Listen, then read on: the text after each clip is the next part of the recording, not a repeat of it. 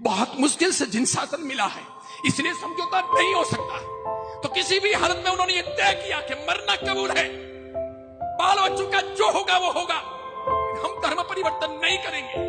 अंततः वे मर गए, इतने सारे मरे, और तब से दक्षिण भारत में जैन धर्म के विनाश की प्रक्रिया प्रारंभ हुई।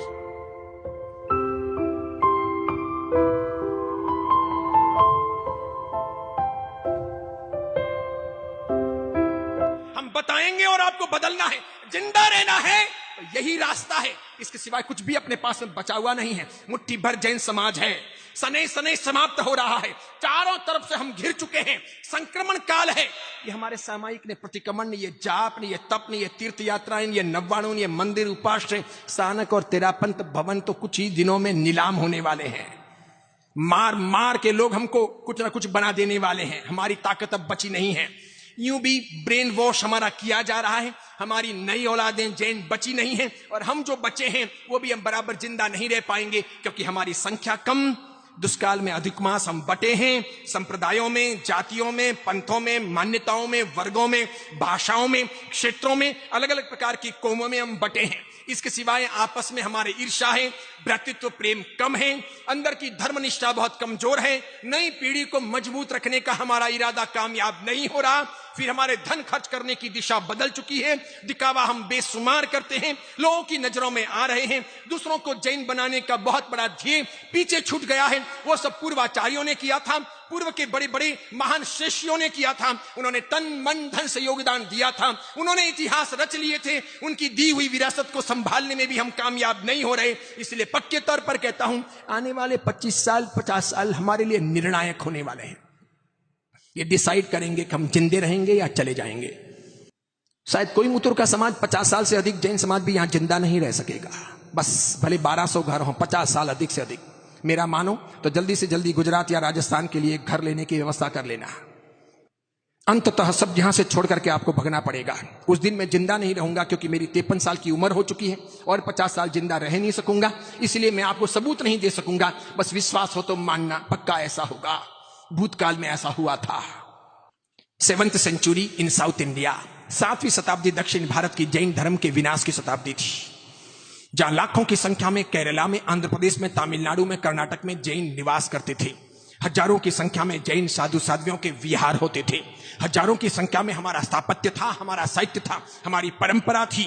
बहुत बड़ी मात्रा में जैन धर्म जन धर्म बन चुका था, घर घर और गांव गांव पहुंचा था।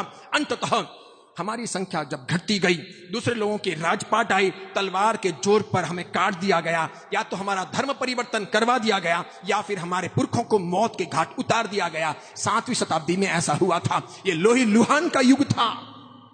1300 साल पहले, विशेष करके मद्रास से मदुराई के बीच में, तो एक साथ में एक दिन में 50,000 साधु और 5 लाख जैन शावकों का कत्लेआम कर दिया गया था, धर्म परिवर्तन नहीं करने की एवज में।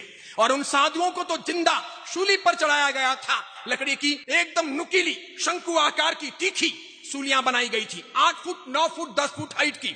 जिंदे साधुओं को पकड़ के लाया गया, सामने तलवार रखी गई और कहा गया, या तो धर्म परिवर्तन करो या फिर चुपचाप सूली पर चढ़ जाओ।